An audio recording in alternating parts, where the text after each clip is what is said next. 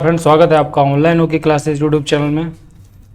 Friends, जैसा कि आपको पता है कि हम लोग यहाँ पे C S F S I L D C की तैयारी बहुत ही बेहतरीन तरीके से कर रहे हैं। ये मेंसुरेशन का पार्ट 3 है। अगर आपने पार्ट 1 और पार्ट 2 नहीं देखे तो जाके देख लेना, चैनल को सब्सक्राइब कर लेना, बेल आइकन को दबा लेना, जिससे आपके पास नोटिफिकेशन टाइमली आता रहे। तो फ्रेंड्स, अगर आपने पार्ट 1 नहीं देखा, मैं आपको जरूर रिकमेंड करूँगा इसका मेंसुरेशन का, क्योंकि उसमें मैंने सारे फॉर्मूले के ऊपर डिटेल से बात की हुई है। वहाँ पे मैंने आपको फॉर्मूले कैसे बनते हैं और आपको कैसे याद रखना, सब कुछ मैंने समझाया है। वहाँ जाके जरूर देखें मेंस्ट्रुएशन पार्ट 1, और इसका आपको लिंक मिल जाएगा यहाँ के डिस्क्रिप्शन में। तो चलिए, ज़्यादा टाइम ज़ाया ना करते हुए, बहुत ही यूनिक तरीके के सवाल, बहुत ही अच्छे तरीके के सवाल, अच्छे लेवल के सवाल लेके आया हूँ मैं। तो शुरू करते हैं पहला सवाल। देखिए, बोला एक वर्ग के विकर्ण की लंबाई 14 सेंटीमीटर है, इस वर्ग का क्षेत्रफल ज्ञात करना है आपको। तो मैंने जैसा कि बताया था आपको, विकर्ण क्या होता है, जैसे कि ये वर्ग है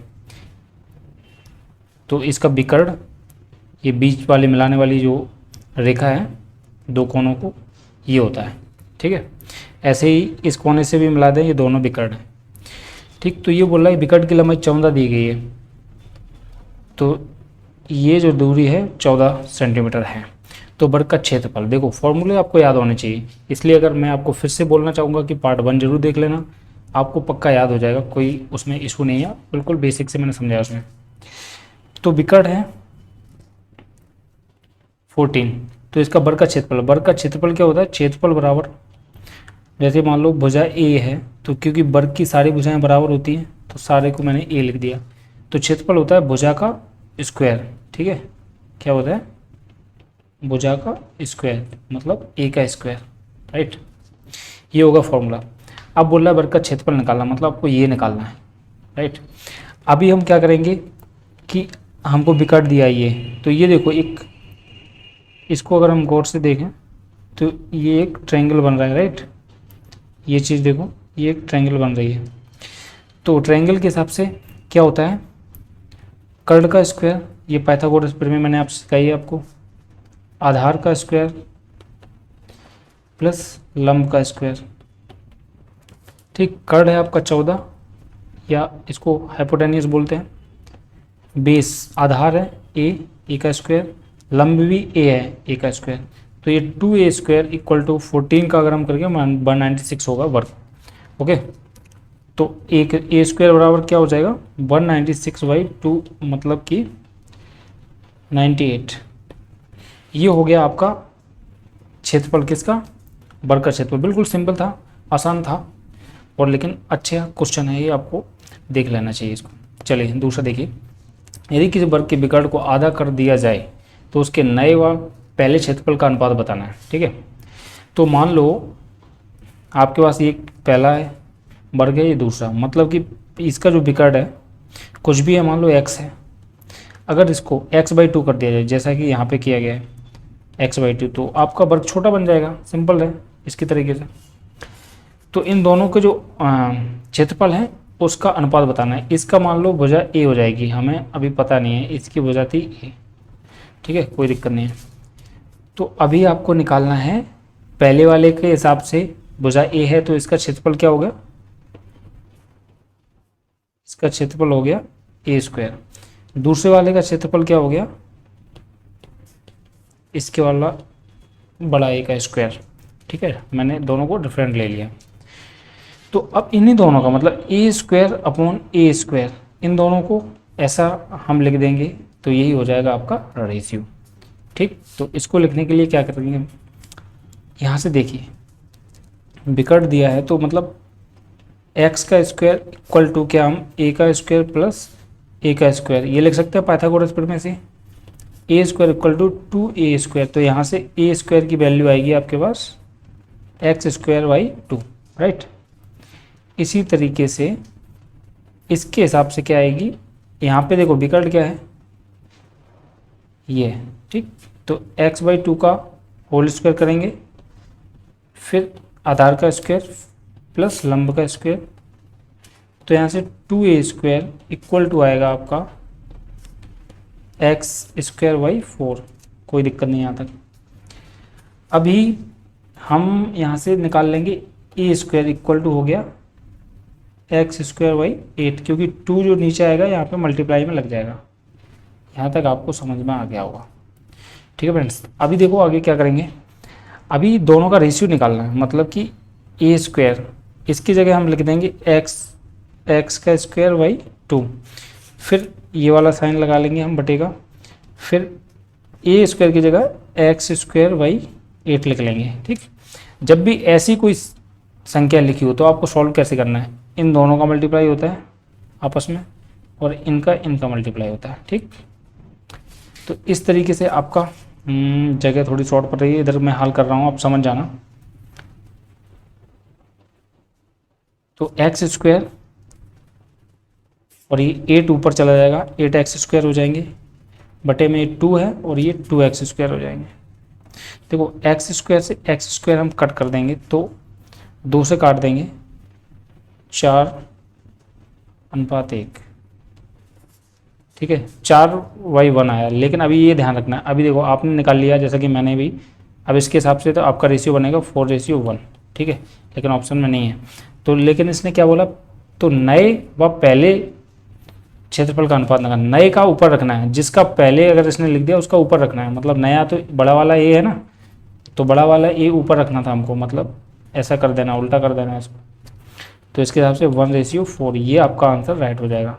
ऑप्शन नंबर आपका ए करेक्ट हो जाएगा। ठीक है, तो उम्मीद करता हूँ। और दोस्तों मैं आपको ध्यान दिलाना चाहूँगा कि अगर आपने टेलीग्राम चैनल ऑनलाइन होकर क्लासेस ज्वाइन नहीं किया है तो उसको कर लेना, क्योंकि यहाँ जो भी मैं पढ़ाऊँगा उसका PDF मैं वहाँ प्रोवाइड करवाता हूँ। ठीक है, तो उसको ज्वाइन कर लेना।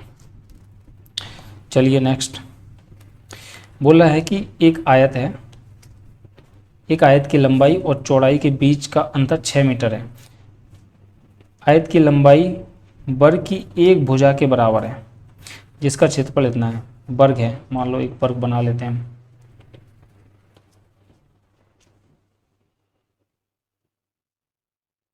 ये वर्ग है। ठीक है, तो इसका लंबाई हमें पता नहीं है, x मान लो, तो चौड़ाई y मान लो। पहले में इसके हिसाब से क्या हुआ, लंबाई और चौड़ाई के बीच का अंतर इन्हें 6 दिया है, तो x - y = 6। फिर बोला आयत की लंबाई, मतलब जो लंबाई है x, वर्ग की एक भुजा की लंबाई है, मतलब वर्ग की एक भुजा अगर x है, तो आपको पता है कि वर्ग की चारों भुजाएं बराबर होती हैं, तो सारी x हो जाएंगी। यहाँ तक कोई दिक्कत नहीं है आपका। और इसका क्षेत्रफल भी दे दिया वर्ग का, कितना, 729 वर्ग मीटर। तो आयत का परिमाप निकालना है। ठीक है, इसका परिमाप निकालना है।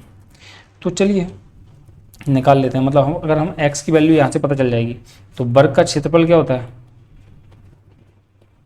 वर्ग का क्षेत्रफल होता है भुजा स्क्वायर, तो भुजा यहाँ x है तो x का स्क्वायर। ठीक, और इसने ये दे रखा है, तो x स्क्वायर = 729।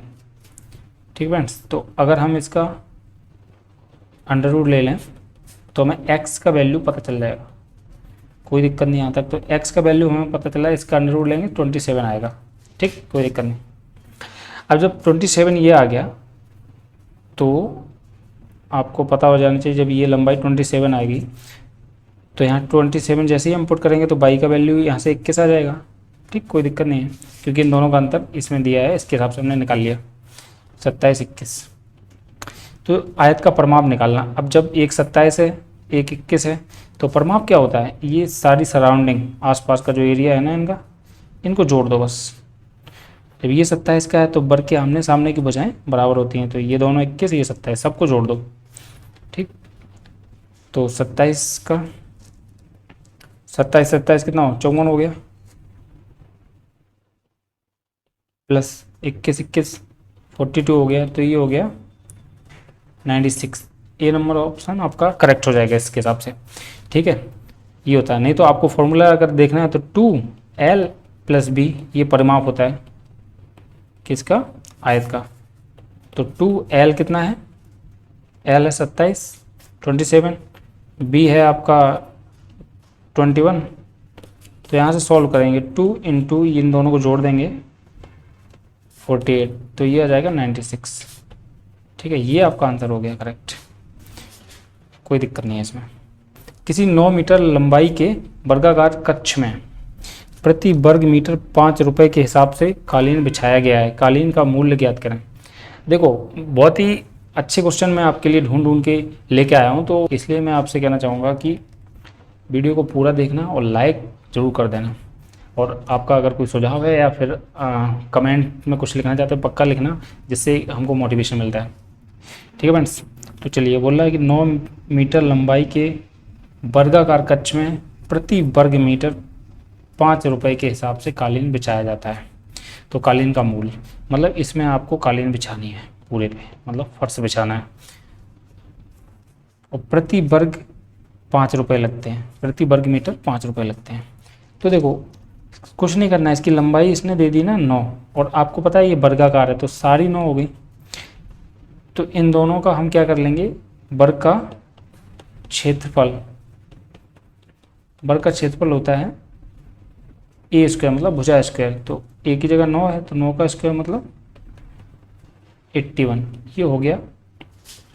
जब प्रति वर्ग मीटर लग रहा है 5 रुपये, मतलब एक वर्ग मीटर का मतलब जैसे एक एरिया में यहाँ पे बिछाएं तो 5 रुपये लग रहे हैं, पूरे 81 में कितने लगेंगे, तो 81 में 5 का मल्टीप्लाई लग जाएगा सिंपल, तो 405 लग जाएंगे, 405 रुपये लग जाएंगे। ये आपका करेक्ट आंसर हो गया। ठीक है फ्रेंड्स, नेक्स्ट क्वेश्चन देख लीजिए।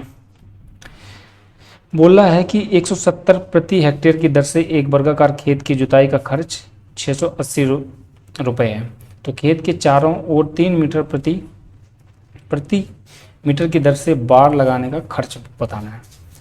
कह रहा है कि ये मान लो वर्ग है, खेत है कोई, तो इसकी जुताई का खर्च दे दिया, टोटल खर्च दे दिया उन्होंने 680 रुपये, और प्रति हेक्टेयर मतलब एक हेक्टेयर में 170 रुपये लगते हैं। तो 680 जब टोटल रुपए लगे हैं तो 170 से अगर हम इसको डिवाइड कर दें तो हमें टोटल हेक्टेयर का पता चल जाएगा ये। ठीक, तो 17 चौको 68, 4 आ गए। ठीक है, 4 क्या है, ये वर्ग का क्षेत्रफल है, तो भुजा का स्क्वायर मतलब ए स्क्वायर, वर्ग का क्षेत्रफल ए स्क्वायर बराबर 4, तो ए बराबर 2 आ गई, मतलब इसकी भुजा 2 निकाल ली हमने, ऐसे ही समझ गए आप। इसके बाद देखिए बोल रहा है कि इसके चारों तरफ आपको एक बाड़ लगानी है। ठीक, ये तो बोल रहा है चारों तरफ ऐसे बाड़ लगानी है, तो इसका खर्च बताना है। तो बाड़ लगाने का मतलब चारों तरफ लगानी है, ये क्या है, परिमाप निकालना पड़ेगा, समझ गए होगे आप। चारों तरफ आपको बाड़ लगानी है कुछ भी, ठीक है, तो आपको परिमाप निकालना। परिमाप क्या होता है, वर्ग का परिमाप, वर्ग का परिमाप, परिमाप क्या होता है, सारी भुजाएं जोड़ दो तो 4a होता है, मतलब क्योंकि 4 अगर इसको a माने 1 2 3 4 भुजाएं होंगी तो 4a होगी। ठीक, सिंपल है। तो 4 और भुजा आपको 2 पता चल गई, 2 मतलब कि टोटल परिमाप हो गया 8। अब इसने बोला कि 8 मीटर, ठीक 8 मीटर हो गया। इसने कहा था कि 3 रुपये प्रति मीटर लग रहा है, तो 1 मीटर का 3 रुपये लग रहा है, 8 मीटर का 8 मल्टीप्लाई बाई 3 24 रुपये लग जाएंगे। ठीक, ये आपका करेक्ट आंसर होगा। ठीक है फ्रेंड्स, कितना 24 रुपये करेक्ट आंसर है आपका। नेक्स्ट देखिए, बोल रहा है कि एक वृत्त है, वृत्त की परिधि तथा व्यास का योग 58 सेंटीमीटर है, तो वृत्त का क्षेत्रफल निकालना। व्यास क्या होता है, मान लो एक सेंटर है, ये यहाँ से सेंटर से किसी भी कोई मैंने लाइन खींच दी, ठीक है, तो ये इसका व्यास हो गया। सेंटर से कोई भी लाइन जाएगी ऐसे ऐसे, ये सारे व्यास होंगे, तो मान लो ये व्यास है, तो इसकी परिधि, तो वृत्त की परिधि आपको पता होना चाहिए, वृत्त की परिधि, तो वृत्त की परिधि होती है 2 पाई r। ठीक, उसके बाद व्यास, व्यास क्या होता है, व्यास होता है त्रिज्या का डबल, तो 2r लिख रहे हैं व्यास को, क्योंकि अगर ये r है ये r है तो 2r हो जाएगा पूरा व्यास, ये कोई दिक्कत नहीं। अब क्वेश्चन में कह रहा है परिधि तथा व्यास का योग, परिधि 2 पाई r प्लस व्यास 2r इक्वल टू है 58 सेंटीमीटर की, ये कह रहा है। तो वृत्त का क्षेत्रफल, अब क्षेत्रफल क्या होता है वृत्त का, पाई r स्क्वायर होता है। यहाँ से अगर हमको r पता चल जाए तो इसका आंसर हम आराम से दे सकते हैं। ठीक है, तो अभी हम क्या करेंगे, 2 पाई का वैल्यू मैंने बताया था 22/7 होता है, r को हम कॉमन ले लेंगे यहाँ से, एक्चुअली 2r कॉमन ले लो, तो 2r कॉमन लेंगे तो यहाँ पाई बचेगा प्लस 1, ऐसा लिख सकते हैं हम।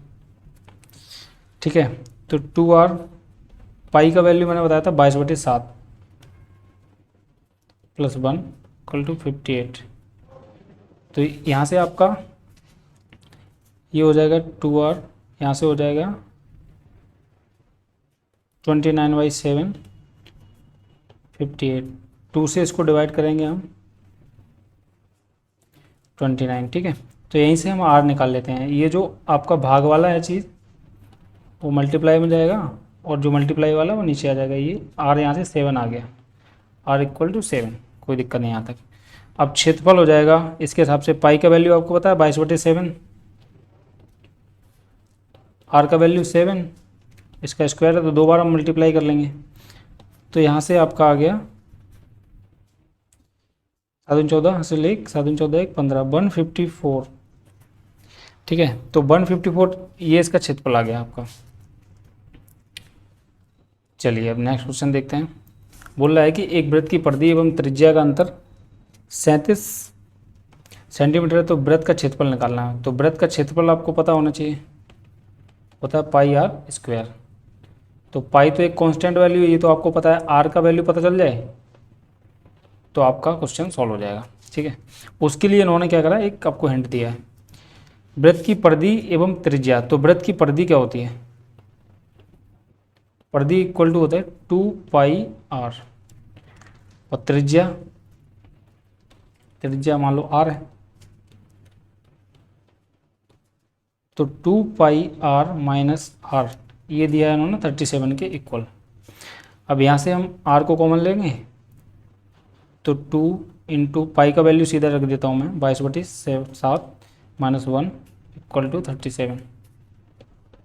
तो ये हो जाएगा 44/7 माइनस 1 इक्वल टू 37। इसको सॉल्व कैसे करेंगे, 7 का 1 में मल्टीप्लाई करके माइनस कर देंगे, तो ये 37/7 हो जाएगा इक्वल टू 37 चल रहा है। तो यहाँ से मैं डायरेक्ट सॉल्व कर रहा हूँ। आर का वैल्यू यहाँ से आपको 37 कैंसिल हो गया, 7 आ गया, यहाँ से भी आर का वैल्यू 7 आ गया।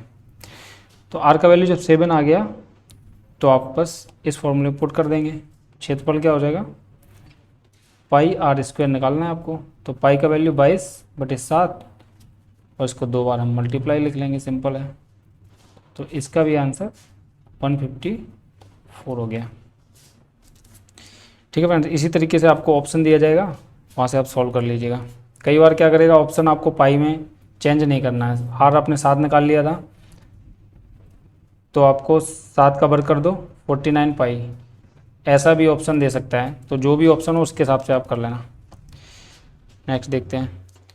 बोलता है एक आयताकार कागज़ 3 सेंटीमीटर इंटू 2 सेंटीमीटर का है, यदि इसमें से अधिक क्षेत्रफल का वृत्त काट लिया जाए तो बचे हुए कागज़ का क्षेत्रफल क्या होगा। बोला एक वृत्त, जैसा कि आपको फिगर में दिख रहा है यहाँ पे, एक वृत्त को अगर हम निकाल लें तो जो बचा हुआ ये जो पोर्शन आपको दिख रहा है बाहर का, इसका क्षेत्रफल पूछ रहा है। तो इसका क्षेत्रफल निकालने के लिए सबसे पहले देखो, पूरा जो वर्ग है, ये एक वर्ग है, सॉरी आयत है, आयत का क्षेत्रफल निकाल लें। तो आयत का क्षेत्रफल आपको पता होना चाहिए L/B। ठीक, इसमें से निकाल ही लेते हैं। अब देखो 3 इसका लंबाई दिया गया 3 सेंटीमीटर, ठीक, 2 सेंटीमीटर क्या दिया गया, चौड़ाई। तो इसका 3 इंटू 2 मतलब कि 6, ये आ गया इसका क्षेत्रफल। यहाँ तक कोई दिक्कत नहीं।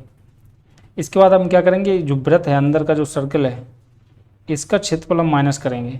तो ठीक है, तो यहाँ लिख देते हैं एक बार, वृत्त का क्षेत्रफल होता है पाई आर स्क्वायर।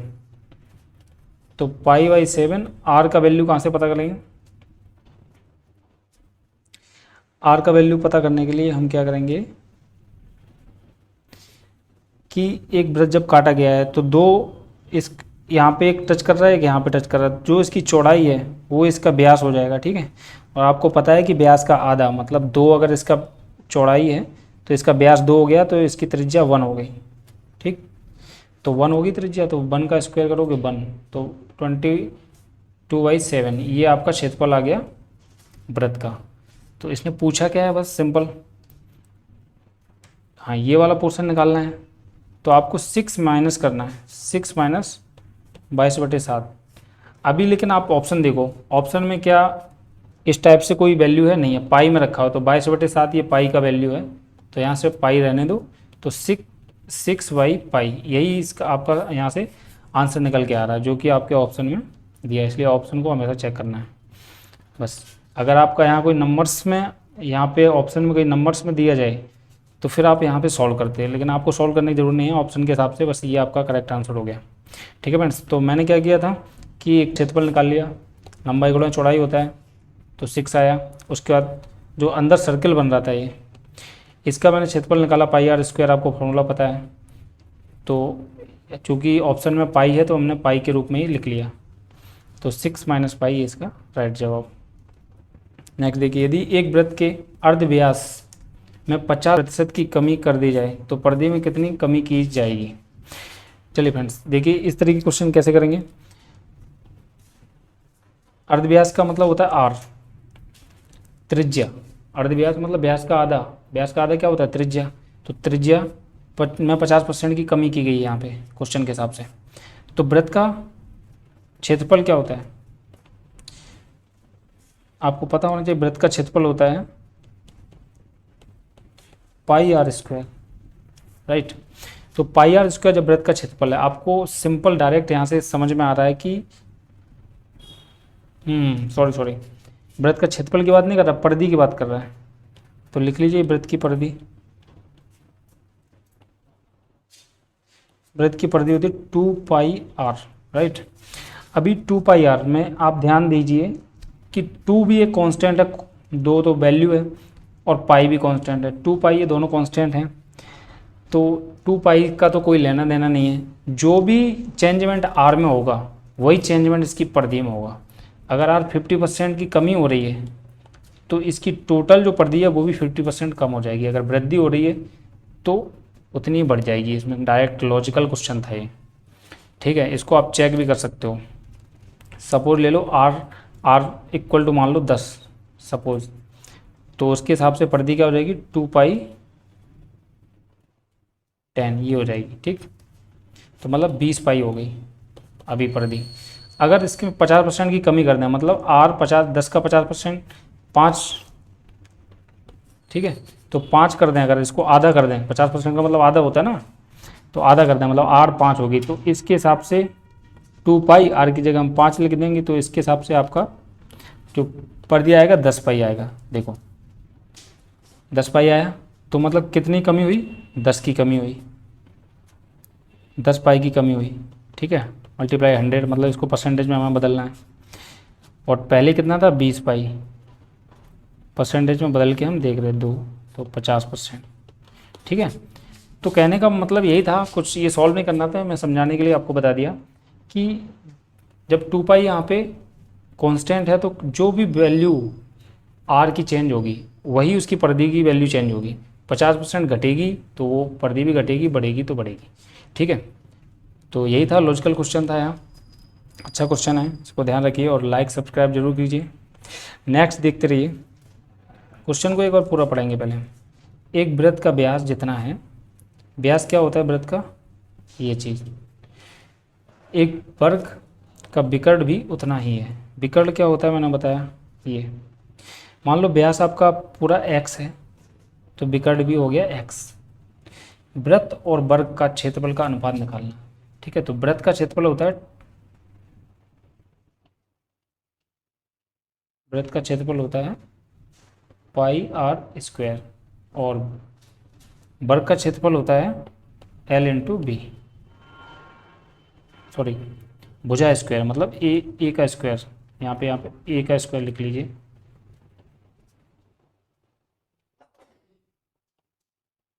वर्ग का क्षेत्रफल, ठीक। इन दोनों का रेशियो निकालना है। चलिए, तो अगर व्यास x है तो त्रिज्या हो गई x/2। इसके हिसाब से क्षेत्रफल क्या बनेगा वृत्त का, पाई इंटू x/2 का स्क्वायर, तो मतलब π x² / 4। ये बनेगा। पाई की वैल्यू भी रख दे रहे हैं 22/7 इंटू एक्स का स्क्वायर बाई 4। तो यहाँ से आपका आ जाएगा 22x² बाई 28। इसके बाद विकर्ण दिया गया है तो यहाँ से हम निकालेंगे इसका वर्ग का क्षेत्रफल। मान लो ये वर्ग की बजाय ए है तो क्या हो जाएगा एक्स का स्क्वायर। देखो ये त्रिभुज बन रहा है तो हम पाइथागोरस से इसमें लगाएंगे ए का स्क्वायर प्लस ए का square equal to 2a² equal to x square. तो यहाँ से ए स्क्वायर इक्वल टू हो जाएगा एक्स स्क्वायर बाई 2, क्योंकि ये मल्टीप्लाई में तो भाग में लग जाएगा। और ए स्क्वायर इसका क्षेत्रफल होता है, इसका क्षेत्रफल ये है और इसका क्षेत्रफल ये है। दोनों का हमें अंतर करना है। अब ये ध्यान रख, अंतर नहीं करना सॉरी, अनुपात करना है। ये ध्यान रखना जो वृत्त है उसको ऊपर रखना है, क्योंकि पहले वृत्त के बारे में इसने बोला है। तो वृत्त का क्षेत्रफल है 22x², पेन चेंज करता हूँ, बाई 28 अपॉन x² बाई 2। मैंने अभी जस्ट बताया था कि इसका मल्टीप्लाई इसमें लगता है, इसका मल्टीप्लाई इसमें लगता है। तो ये हो जाएगा 22x² मल्टीप्लाई 2 अपॉन ये 28x² हो जाएंगे। ठीक, तो x² से ये कट जाएंगे। अब इसको थोड़ा सा सिंपल कर लेते हैं। ये 2 से काटा हमने, ये यहाँ 11 आ जाएंगे, फिर 2 से काटेंगे 7, तो ये आ गया 11/7। तो इसका रेशियो क्या हो जाएगा 11/7। ये ऑप्शन में आपका रहेगा, ये आपका करेक्ट जवाब है। ठीक है फ्रेंड्स। यदि किसी आयत की लंबाई को 10% अधिक तथा चौड़ाई 10% कम कर दिया जाए तो उसका क्षेत्रफल में क्या असर पड़ेगा, ऐसा क्वेश्चन है। ठीक है, चलो देख लेते हैं क्या असर पड़ेगा। एक तो अगर डायरेक्ट अगर हम करना चाहें तो ऐसे कर सकते हैं, x plus minus by plus minus x multiply by 100, इस फॉर्मूले से भी कर सकते हैं। इसमें क्या है, जैसे अधिक हो रहा है, अधिक के लिए हम पॉजिटिव साइन लेंगे, फिर उसके बाद माइनस कम हुआ तो कम के लिए माइनस साइन लेंगे। ठीक है, और प्लस माइनस, जब एक पॉजिटिव वैल्यू एक माइनस वैल्यू तो यहाँ माइनस आएगा हमेशा। x की जगह 10 है, y की जगह 10 है अपॉन 100 है, ये तो कट गया, एक बचा है, 10 से ये भी कट गया, तो मतलब माइनस का 1 बचा। तो 1% की कमी होगी, क्योंकि माइनस में आंसर आपका आ रहा है तो कमी होगी। अगर यही आंसर पॉजिटिव आएगा तो वृद्धि होगी। बस क्वेश्चन सॉल्व हो गया आपका, यही आपका आंसर है। लेकिन हम थोड़ा प्रैक्टिकली इसको सॉल्व करके देखते हैं एक बार एक्चुअली होता क्या है। सपोज मान लो आपका 10 लंबाई दे दिया है आयत के लिए, मान लेते हैं हम अपने मन से 100 मान लेते हैं, कुछ भी मान सकते हैं आप, 30 40 जो भी मान, मैं 20 मान के कर लेता हूँ। लंबाई 20 है, 10 है इसकी चौड़ाई। अभी बोल रहा है कि लंबाई को 10% अधिक कर दिया ना लंबाई। अच्छा, इसके हिसाब से क्षेत्रफल क्या हुआ 200, क्योंकि लंबाई बोला चौड़ाई इसका क्षेत्रफल होता है 200 हो गया अभी पहले वाले का। दूसरे वाले का देख लो कि 10% वृद्धि करी लंबाई में, तो 20 का 10% करेंगे तो 20 का 10% ऐसे निकालेंगे ना, तो 2 बढ़ जाएगा, तो ये 22 हो गई। और फिर करेंगे 10% कमी किस में, चौड़ाई में, तो 10 का 10% निकालेंगे तो 1 कम हो जाएगा, मतलब 9 हो जाएगा। तो इसके हिसाब से क्या क्षेत्रफल हो जाएगा 22 मल्टीप्लाई बाई 9, 9 दूनी 18, 18 19, 198। पहले कितनी थी 200, अब कितनी है 198। कितनी कमी आई 2 की, मल्टीप्लाई 100, क्योंकि परसेंटेज में हम बदल रहे हैं, और नीचे पहले वाले ही लिखते हैं हमेशा 200। ये काटा, ये 100 बचेगा, पूरा कट के 1 बचेगा, तो 1% की कमी आई यहाँ से भी, देख लिया आपने। ठीक है, तो आप इस फॉर्मूले से भी सॉल्व कर सकते हैं, और ऐसे भी आप कुछ भी वैल्यू पुट करके सॉल्व कर सकते हो। ठीक है, कोई दिक्कत नहीं। अच्छा, ये चीज़ समझ में नहीं आ रही है तो ये समझ लो, हानि परसेंट बराबर क्या होता है, वही फॉर्मूला है। हानि कितनी हुई 2 की, मल्टीप्लाई 100 का फॉर्मूला में रहता है। नीचे क्या लिखते हैं, जैसे क्रयमूल्य लिखते थे, जो पुरानी वैल्यू रहती है CP कॉस्ट प्राइस, उसी तरीके से समझ लो पुरानी वैल्यू लिखते हैं। ठीक, अच्छा फ्रेंड्स, बाकी नेक्स्ट पार्ट में और भी क्वेश्चन हैं, बहुत ही बेहतरीन शानदार लेके आऊँगा। तो तब तक के लिए बने रहिए मेरे साथ, और फ्रेंड्स, अगर आप चैनल को सब्सक्राइब नहीं किए हैं या लाइक नहीं कर रहे हैं तो लाइक कर दीजिए और जुड़े रहिए हमारे साथ। बहुत ही बेहतरीन तरीके से मैं इसी तरीके से आपके सारे डाउट्स क्लियर करता रहूँगा और भी बढ़िया से बढ़िया वीडियो लाऊंगा। आपका मेंसुरेशन का 3 पार्ट हो गया है। अगर आपने पुराने 2 वीडियो नहीं देखे हैं, उनका लिंक आपको डिस्क्रिप्शन में मिल जाएगा। और ऑनलाइन होके क्लासेस का एक टेलीग्राम चैनल है, उसका लिंक डिस्क्रिप्शन में मिल जाएगा, उसको ज्वाइन कर लेना। ये PDF मैं वहाँ पे आपको दे दूँगा, जिससे आप बाद में भी समझ सकते हो। ठीक है, चलिए फ्रेंड्स, तब तक के लिए बाय बाय, मिलते हैं नेक्स्ट सेशन में।